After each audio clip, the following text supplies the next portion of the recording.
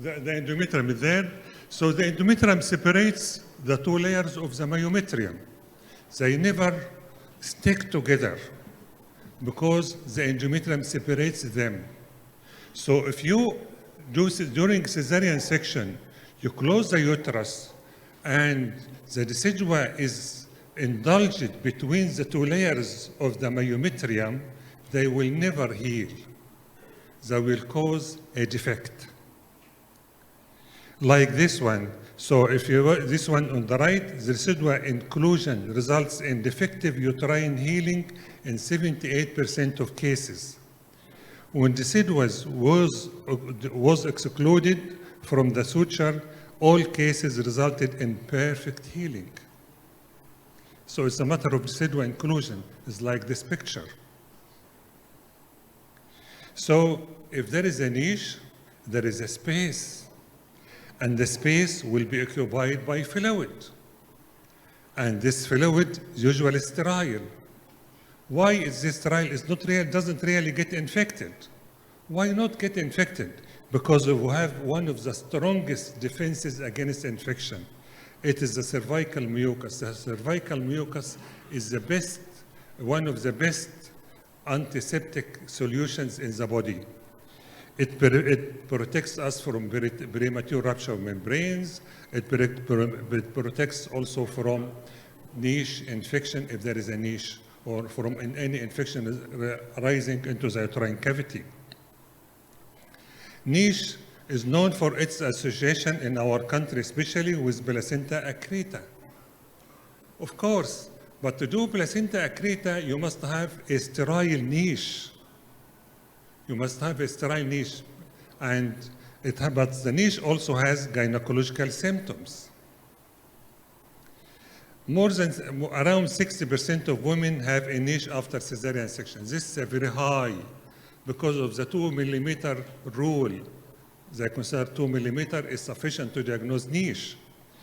And this, according to these papers, two papers, experience more than 30% of those of the 60%, more than 30% of them experience intermenstrual spotting, which means intermenstrual spotting is the first complication, gynecological complication of niche.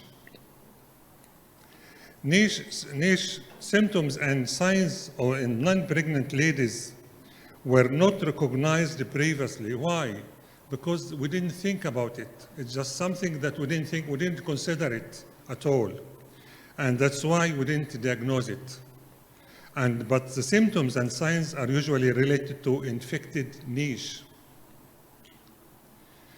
Niche causes intermenstrual bleeding, which disturbs our women in the Muslim countries especially, and they feel uncleanliness, unbreakable bleeding. It interferes with prayers, and it causes shame. So most Muslim women in general are really disturbed much by the niche.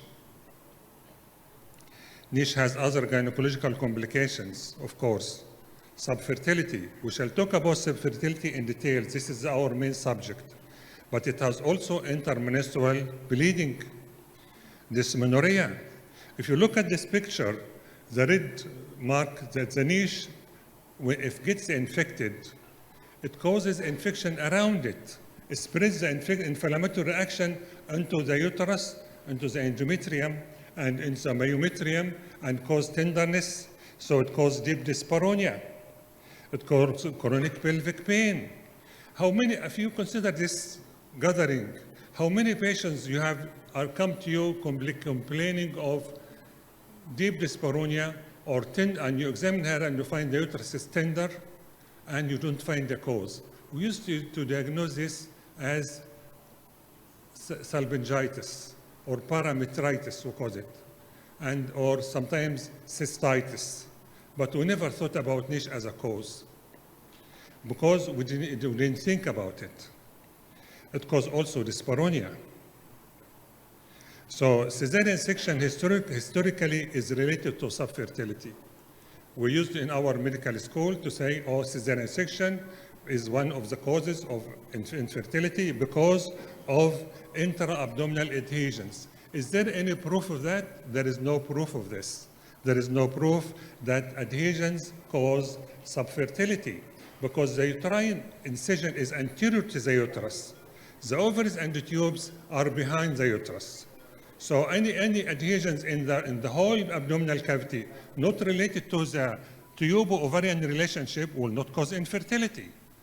So, but in these cases, but there is infertility. Why? I think it was a niche. No one thought about it. So hypothetical mechanisms of niche subfertility. These are hypothetical mechanisms because there is no evidence, there is no true proof, but there is logic thinking about it. The environment of sperm penetration, recurrent chronic endometritis. I will discuss this in details. Difficulty in embryo transfer, and I will discuss this also. Dyspareunia may reduce coital frequency. Distorted contractility of the myometrium. If you see this environment for sperm penetration, if the cervix, the sperm passes up to the uterine cavity, if there is infected niche, do you think the sperm can ever reach the uterine cavity? I don't think this is impossible. How can a sperm pass through an abscess, through a pus? It's impossible for the sperm to pass through it. It's impossible. So it's really because infertility, unrecognized infertility. We used to call it unexplained infertility. So it causes also the inflammatory reaction spreads from the niche to the surrounding tissue. There is, you know, recurrent or chronic endometritis. Chronic endometritis is a misnomer, I think, because the endometrium itself is not a chronic organ. Endometrium only lives for 2 or 3 weeks. How can it cause chronic infection? So the chronic infection is the infection of the junction zone, which is maybe severe or maybe mild. If it is severe, like if you old people like myself may remember tuberculous endometritis, which causes amenorrhea. If it is so severe, it will cause amenorrhea. There is no endometrium is formed. So it may be severe. And if it is mild, it may cause interrupted endometrium with infection. But of course, there is also infection, recurrent infection coming from neighboring organs, like niche.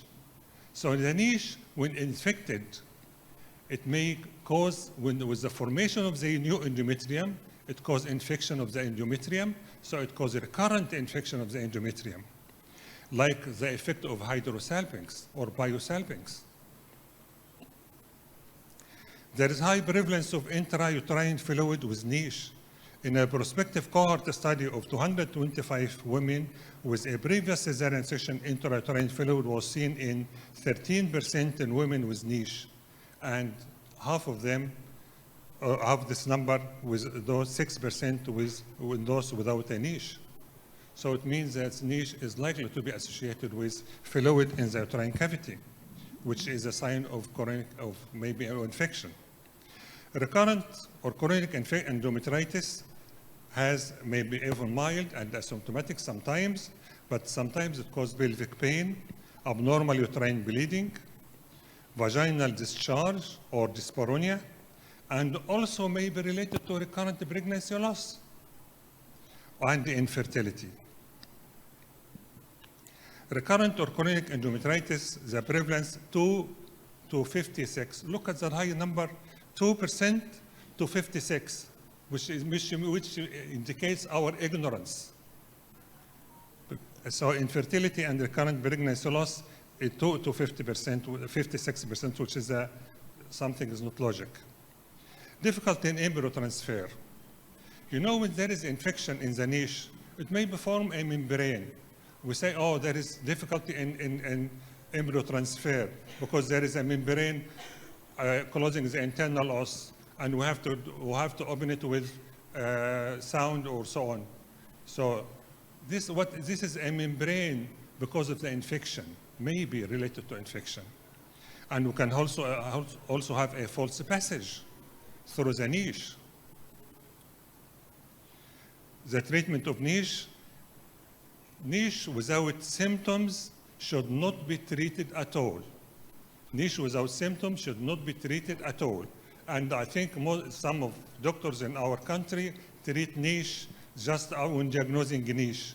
No, niche without symptoms means non-infected niche, which needs no treatment at all. The instance of implantation of the embryo in the niche causing placenta accreta is very rare. It's just according to the size of the uterus, very small point.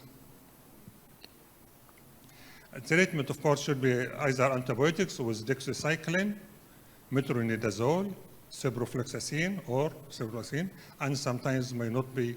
Sometimes antibiotic, if the niche is big and there is a fluid collection, and the antibiotics may not reach to the site of the niche, and so sometimes there is no response to the antibiotics, and in these cases we do niche resection, which is best done laparoscopically. Thank you very much.